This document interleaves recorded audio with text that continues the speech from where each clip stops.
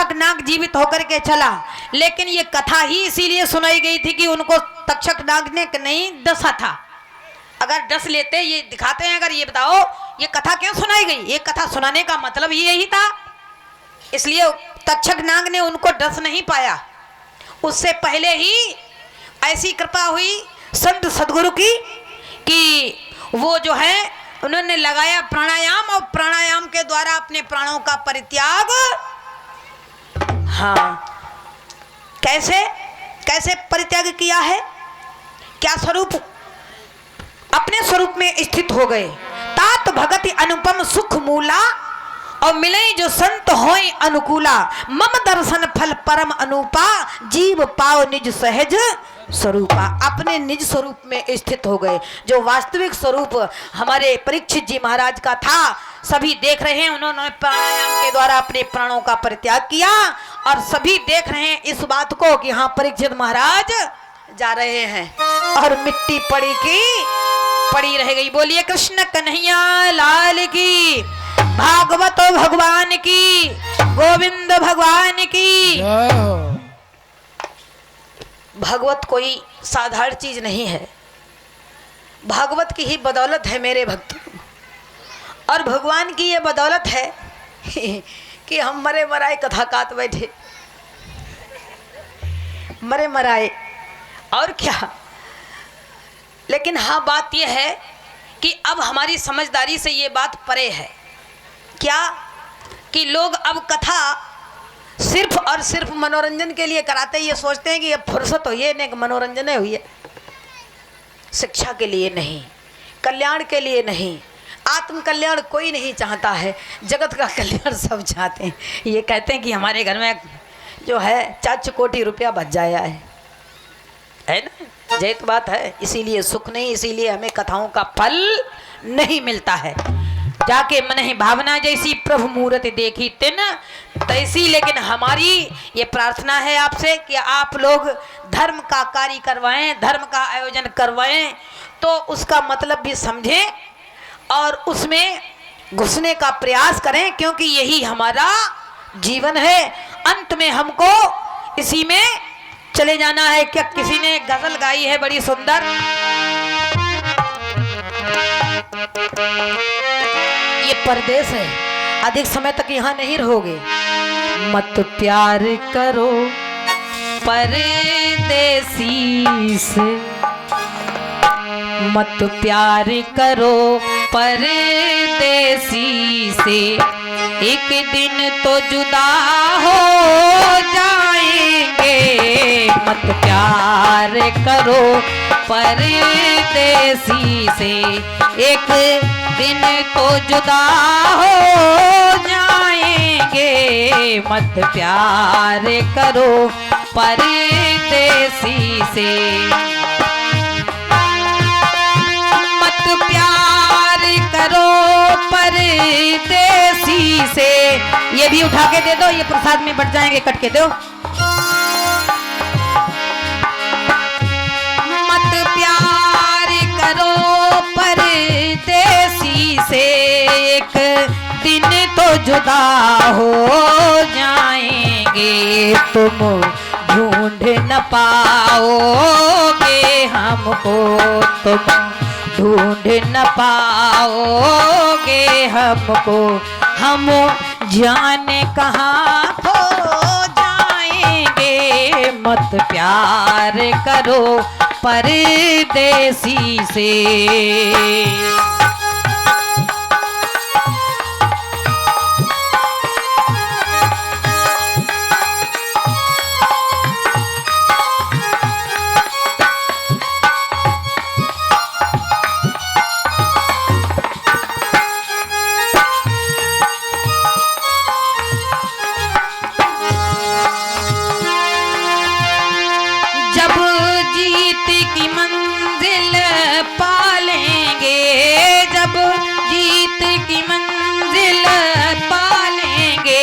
उस वक्त तुम्हें धोखा देंगे, जब जीत की मंजिल पा लेंगे उस वक्त तुम्हें धोखा देंगे, जब मौत हमें थपकी देगी, जब मौत हमें थपकी देगी। या होश कदा सो जाएंगे, मत प्यार करो परदेसी से, एक दिन तो जुदा हो जाएंगे, मत प्यार करो परदेसी से।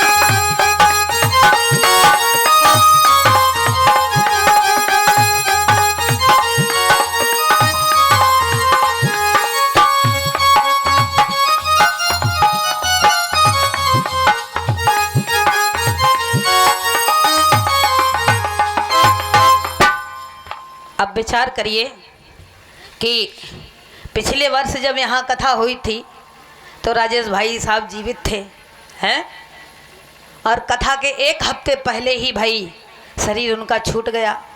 कोई भरोसा नहीं, ज़िंदगी एक किराए का घर है, एक ना एक दिन खाली करना पड़ेगा, चाहे जैसे भी करो, है ना। आज कोई क्या वो नहीं है इस जहाँ में, तो क्या कोई काम नहीं होता है? सारे काम होते हैं, भोजन भी बनता है, भोजन खाया भी जाता है, खेत में आलू भी गाड़ाए जाते हैं, सारे कार्य रिश्तेदारियां भी चलाई जाती हैं, और जो काम सारे काम होते हैं, लेकिन वो हमारे बीच नहीं है। बाई चांस कहीं धोखे से याद आ गई, यादें एक दिन इतनी धुंधली हो जाएंगी, इतनी धुंधली हो जाएंगी कि कभी भी उनकी याद फिर नहीं आएगी। भक्तों, संसार में सभी होते हैं, ऐसी बात नहीं है, सब होते हैं, और हर जगह हर व्यक्ति अपनी जगह पर विशेष है, महत्वपूर्ण है। लेकिन कुछ अपने जीवन में लोग ऐसे होते हैं जो जाने के बाद भी अपनी ऐसी यादें छोड़ जाते हैं कि उन्हें याद करके लोग बार बार कष्ट पाते हैं हृदय में, है ना। इसलिए ऐसे काम करो भैया, हमें देख लो, हमारी स्थिति को देखो कि पता नहीं इस जन्म में तो मैंने कुछ नहीं किया, जरूर कोई हमारा पिछला ऐसा बुरा कर्म है जिसकी हमें सजा मिल रही, लेकिन इस सजा से हमें शिकायत नहीं है, उस परमात्मा से शिकायत कुछ नहीं है, क्योंकि जो किया है, जो लिया है वो देना तो पड़ेगा, जो किया है वो भरना पड़ेगा। इसलिए हम आपको कह रहे हैं, अपने मुझे देखकर आप लोग सीख ले लो कि कर्म भोग यदि कम किया है तो इसी जन्म में भुगत लोगे, और ज़्यादा किया है तो वो आपके साथ अगले जन्म तक पीछा नहीं छोड़ेगा, कर्म बीज आपके साथ जरूर जाएगा।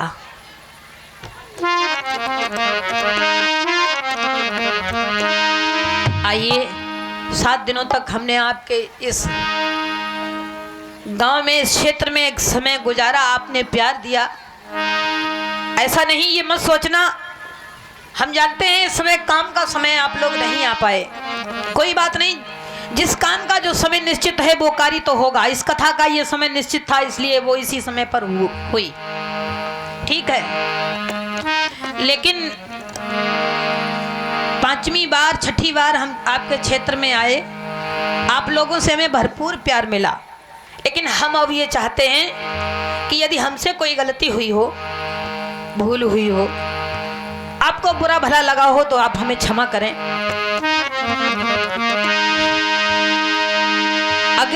आगे समय में कभी जीवन रहा, भगवान ने फिर से समय दिया और आप लोगों की इच्छा हुई, तो हमें भगवान ने इसीलिए बनाया है। हमारे कई युगरपुर के ऐसे भक्त हैं जिनके दिमाग में ये बात है शायद कि इनके यहाँ कुछ है नहीं, ये अपना खर्चा जो है परिवार का इसी कथा से चलाती हैं। तो भक्तों, एक बात आपको चलते चलते जाते जाते एक बात और बता दें कि हमारे बाबा जिमीदार थे, हम जिमीदारों के यहाँ की लड़की हैं, हमारा जन्म जिमीदारों के यहाँ हुआ। हमारे पिताजी टीचर थे जो संस्कारवश बीच में ही बेचारे बीमार हो गए, जो अब तक बीमार हैं। हमारे यहाँ हमारे पिताजी 3 भाई हैं, 5 भाई थे, 2 भाई खत्म हो गए, 3 भाई अब भी हैं। हमारे पिताजी सबसे बड़े हैं। तीनों भाइयों के बीच में हमारे यहाँ 60 दुकानें हैं, ऑन रोड, जीटी रोड पे, हाईवे रोड पे, जिसमें 20 दुकानें हमारे पिताजी के हिस्से में पड़ती हैं। तो 20 दुकानें अगर 1000 रुपए महीने रख लो तब भी 20,000 रुपए हमारे यहाँ प्रति माह तनख्वाह आती है बैठे बैठे।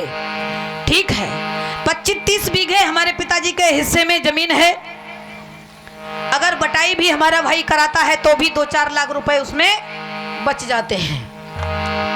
ऐसा कुछ भी नहीं है, ये हमारा अपना निजी जीवन है।